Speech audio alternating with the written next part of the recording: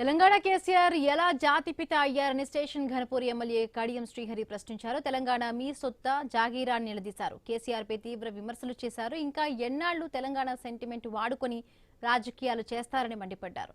కూలిపోయే కాళేశ్వరం కట్టడమే కాకుండా రాష్ట్రాన్ని ఆర్థికంగా దివాలా తీయించారని కడియం ఆరోపించారు.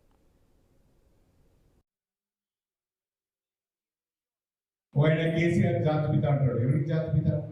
జాతిపిత ఆడబడుతున్నాడు. మరి జాతిపిత ఎక్కడుంటాడు? జాతిపిత ప్రజల్లోకి ఎందుకు రావడం లేదు?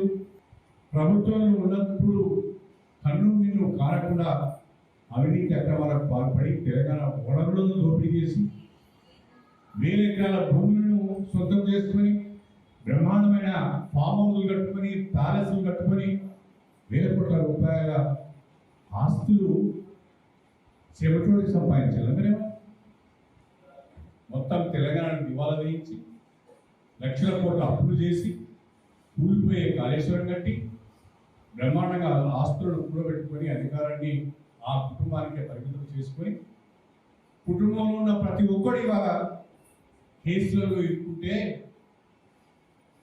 మీరు చేసిన అవినీతి అక్రమాల పైన ప్రభుత్వ పరంగా చట్టపరంగా చర్యలు తీసుకుంటుంటే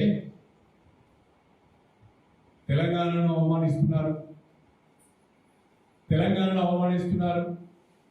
తెలంగాణ ఉద్యమకారులను అవమానిస్తున్నారు. తెలంగాణకు పోరాడించిన కేసీఆర్ను అవమానిస్తున్నారని మాట్లాడుతున్నారు. ఏ తెలంగాణ న్యాయ సోత? తెలంగాణ న్యాయ జాగిరి అందరిది కాదా తెలంగాణ? కేసీఆర్ పై ఎమ్మెల్యే కడియం శ్రీహరి చేసిన కామెంట్స్ కి సంబంధించి మరిన్ని పూర్తి అప్డేట్స్ మా కరెస్పాండెంట్ ప్రశాంత్ అందిస్తారు. ప్రశాంత్. ఈ రోజు స్టేషన్ గన్పూర్ నియోజకవర్గంలో కళ్యాణ లక్ష్మి చెక్కుల పంపిణీ అనంతరము ఎమ్మెల్యే కడియం శ్రీహరి మాజీ సీఎం కేసీఆర్ పైన అయితే తీవ్ర విమర్శలు చేసిన పరిస్థితి అయితే కనిపించింది. అటు ఆ కేసీఆర్ పైన చేసిన వ్యాఖ్యలు చూసినట్లయితే కేసీఆర్ జాతిపిత ఎలా అయ్యాడు అని ప్రశ్నించాడు కడియం శ్రీహరి. అదేవిధంగా కేసీఆర్ ను జాతిపిత అని చెప్పుకోవడానికి బీఆర్ఎస్ నేతలకు సిగ్గు ఉండాలంటూ కూడా అన్నాడు. అదేవిధంగా జాతిపిత ప్రజల్లోకి వచ్చి ఎప్పుడైనా ఆ సమస్యలపై స్పందించాడా, లేదంటే కూలిపోయే కాళేశ్వరం కట్టి రాష్ట్రాన్ని అప్పుల పాలు చేసి దివాలా తీసినందుకు జాతిపిత అయ్యాడా? ఇంకా ఎన్ని రోజులు ఈ తెలంగాణ సెంటిమెంట్ ను వాడుకొని రాజకీయాలు చేస్తారు? తెలంగాణ నీ అయ్యా సొత్తు కాదు, నీ అయ్యా జాగిరి కాదు, ఇది ఆ ప్రజాస్వామ్యానికి సంబంధించి ప్రజల సొత్తు.